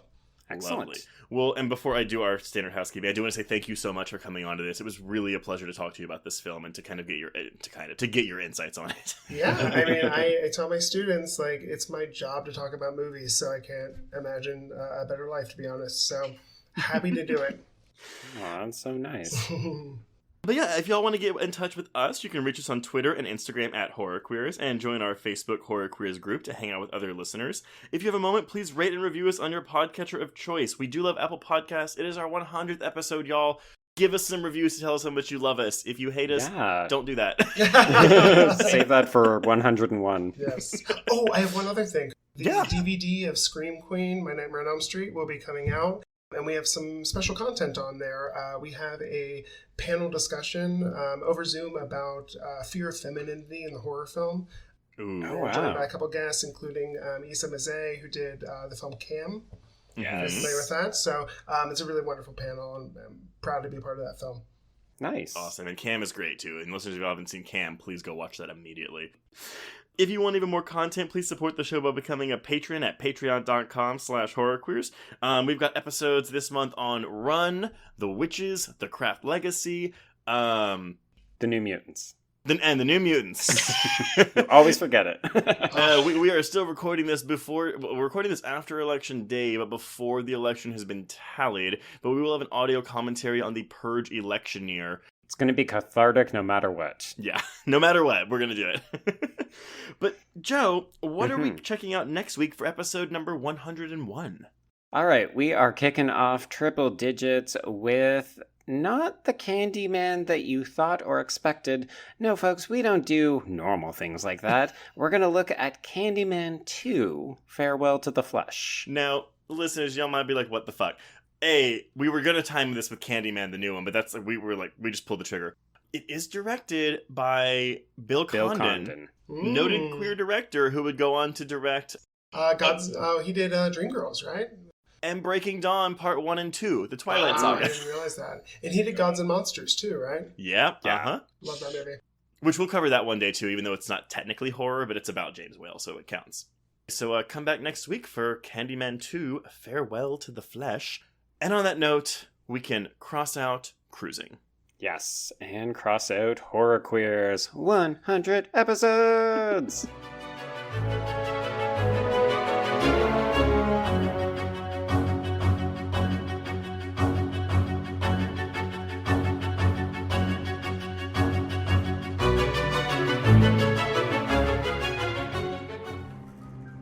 You've made it to the end of another bloody, disgusting podcast. Congratulations.